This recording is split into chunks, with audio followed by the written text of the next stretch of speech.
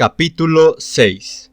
El carro avanzaba al paso lento de los dos bueyes guiados por Saya.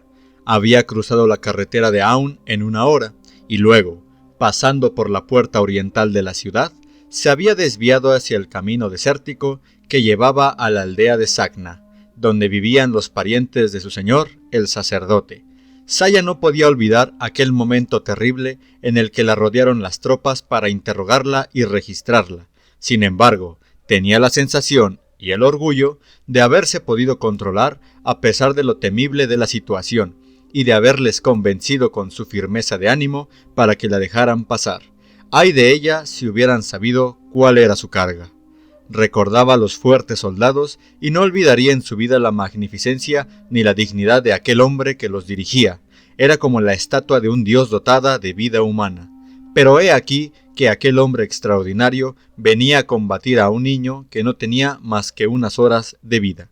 Miró atrás para ver a su señora y la encontró dormida, como la había dejado su marido, el sacerdote, bajo aquel cajón. Pobre mujer, nunca sabría nadie que dormía aquel sueño desgraciado cuando apenas acababa de dar a luz. Su marido no podía ni imaginar las dificultades que el destino iba a acarrear a aquel niño. Si no habría deseado ser padre ni se hubiera casado con Rade Didit, 20 años más joven que él.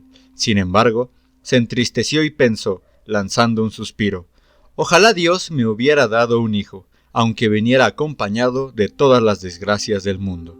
Porque Saya era estéril y suspiraba por tener un hijo.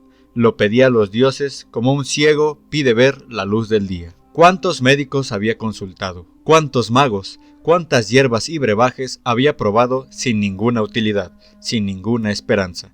Temía además por su marido, Carda, quien se entristecía más y más al ver que los años pasaban sin que le llegara un niño que gatease por la casa, calentando así su ánimo y perpetuando su estirpe. La última vez que se despidió de ella, cuando se dirigía a Menfis donde trabajaba en la construcción de la pirámide, la amenazó con volverse a casar si no tenía un hijo. Pasaba 1 mes, 2, 10 meses inspeccionando su cuerpo, buscando continuamente en algún signo del embarazo, todo sin ningún resultado y sin la mínima esperanza. Dios, ¿por qué los dioses la privaban de la maternidad? ¿Por qué la habían creado mujer? Una mujer no es tal si no es madre, como un vino que no embriaga, una flor sin olor o un creyente sin fe. ¡Qué desgracia! Entonces oyó una voz débil que la llamaba, Saya, y corrió al cajón, lo levantó y lo apartó. Vio a su señora con el niño dormido en su regazo. Estaba agotada y su rostro, normalmente moreno y hermoso, tenía un tono amarillento. Le preguntó: ¿Cómo estáis, mi señora? Ella contestó débilmente: Bien, gracias a Dios. ¿Nos amenaza algún peligro ahora, Saya? La sirviente respondió: Tranquilizaos, mi señora, el peligro está lejos de vos y del niño. La mujer respiró profundamente y preguntó: ¿Nos queda todavía mucho tiempo de viaje? Saya señaló con delicadeza: Queda todavía 1 hora como mínimo. Es mejor que durmáis, y que Dios os guarde. La mujer suspiró y se volvió hacia el pequeño que dormía a su lado. Su rostro, pálido aunque hermoso, se llenó de cariño y ternura. A continuación, cerró los ojos intentando dormir. Saya los miraba a ella y al niño, veía la maternidad dulce y feliz a pesar del dolor y el miedo. ¡Qué hermosos! Ojalá ella pudiera saborear la maternidad, aunque fuera una sola vez, aunque tuviera que dar la vida por ella. Pero los dioses no tenían compasión, de nada servían las súplicas y Carda no aceptaba excusas. Quizá no pasaría mucho tiempo sin que él se divorciase, dejándola sola y abandonada. Su mirada pasó de la madre a los 2 bueyes y dijo suspirando: Si yo tuviera un niño como este, y si lo cogiera y lo adoptara, puesto que los dioses me han negado la maternidad natural.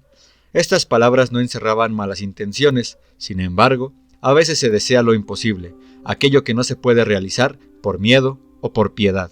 Saya deseaba, volaba feliz con las alas de su imaginación. Se veía a sí misma llegando con aquel hermoso niño ante Carda y diciéndole: He tenido este hermoso niño para ti. Veía a su marido arrebatado de alegría, besándola a ella y al pequeño Yedef, y abrazándolos juntos. Embriagada de su felicidad imaginaria, se tendió sobre el costado derecho, cogiendo con una mano las riendas de los bueyes y apoyando la cabeza en la otra, abandonándose al mundo de los sueños. Sin saberlo, el sueño cubrió suavemente sus párpados y se durmió, como la luz del sol que se desvanece en el horizonte de poniente. Cuando Saya recobró el sentido, pensó que se hallaba en su cama, en el palacio de su señor el sacerdote de Ra, por la mañana. Alargó la mano para cubrirse con la sábana al sentir una ligera corriente de aire frío, su mano se clavó en lo que parecía ser arena. Abrió los ojos sorprendida y vio un mundo en tinieblas y un cielo adornado de estrellas. Sintió un extraño escalofrío recorriendo su cuerpo y recordó el carro, a su señora Ra de Didit, a su hijito fugitivo y todos los recuerdos que el sueño había interrumpido. Pero, ¿dónde estaban y qué hora era?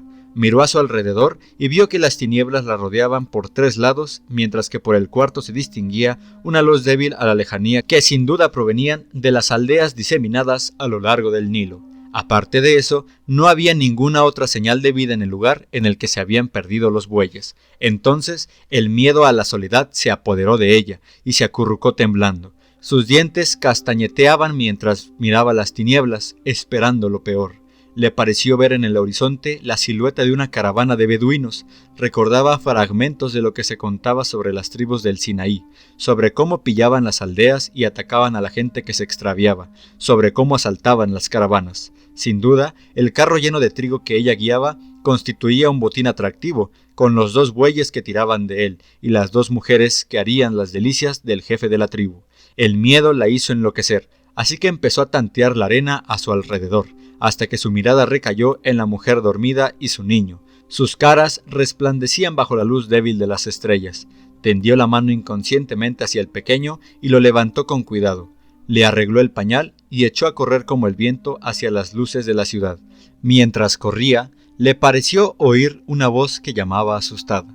Pensó que los beduinos habían rodeado a su ama y, todavía más asustada, redobló la velocidad sin que se lo impidieran ni las montañas de arena, ni su amada carga, ni el cansancio atroz.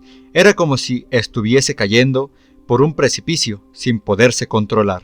Quizá se había adentrado poco o mucho en el desierto, o quizá había quemado etapas, más de lo que pudiera imaginarse, porque empezó a sentir tierra firme bajo sus pies como la de un camino del desierto. Miró hacia atrás y no vio más que tinieblas. En aquel momento, sus fuerzas enloquecidas se habían ya consumido y su marcha se hizo más lenta, sus pasos más pesados. Cayó sobre las rodillas jadeando intensamente. Todavía estaba asustada, pero no podía moverse, como presa de una pesadilla en la que los peligros la persiguieran sin que las piernas la obedeciesen. Empezó a girarse a derecha e izquierda sin saber en qué lado estaba la salvación y dónde le acechaba la muerte. Le pareció oír ruido de ruedas y relinchos de caballos. ¿Eran ruedas de carros y caballos con jinetes o tal vez la sangre que retumbaba en sus oídos y sus sienes? Sin embargo, las voces se hicieron más claras y se confirmaron, y aparecieron las siluetas de unos jinetes que venían del norte. No sabía si traían su salvación o su ruina. Sin embargo, no podía esconderse porque Yedef gritaba y gemía, y de rodillas en medio del camino como estaba, la hubieran atropellado las ruedas de los carros. Así que alzó la voz y gritó: «¡Socorro, jinetes!». Repitió varias veces su petición de ayuda, abandonándose a su destino. Un jinete llegó corriendo y se paró cerca de ella. Oyó una voz que preguntaba quién estaba gritando, una voz que le pareció conocida, y apretó al niño contra su pecho por precaución. Fingiendo un rudo acento de aldeana, cambió su tono de voz. «Estoy condenada, no tengo fuerzas para continuar el camino, y las tinieblas se me han echado encima.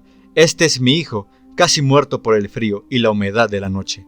El que había hablado antes le preguntó: «¿Hacia dónde te diriges?». Saya dijo, tranquilizada porque había reconocido a las tropas egipcias: «Mi señor, me dirijo hacia Menfis». El hombre rió y dijo sorprendido: «¿Hacia Menfis, mujer? ¿No sabes que una caravana tarda 2 horas en llegar?».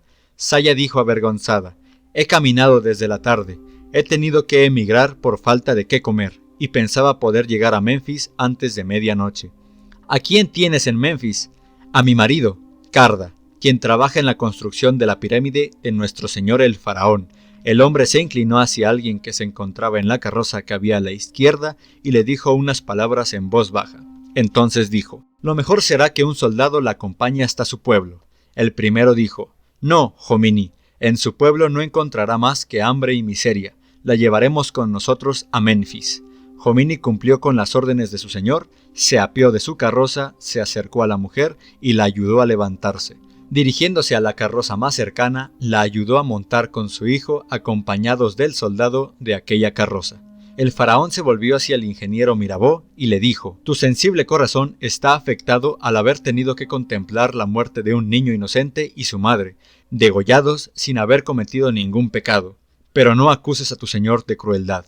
Mira cómo me complazco en acompañar a una mujer hambrienta y a su bebé para protegerlos del frío y el hambre y llevarlos a un pueblo por el que no tenía intención de pasar.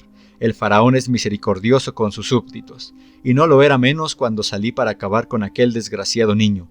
Los actos de los reyes son como los de los dioses, a veces brutales, pero en esencia nobles». Intervino el príncipe Rejaeb: «Ingeniero Mirabeau, debería asombrarte esa terrible fuerza de voluntad que ha triunfado sobre el destino». Jomini volvió a la carroza y el rey ordenó al conductor de la suya que prosiguiera la marcha. La caravana se dirigió hacia Menfis, surcando las tinieblas.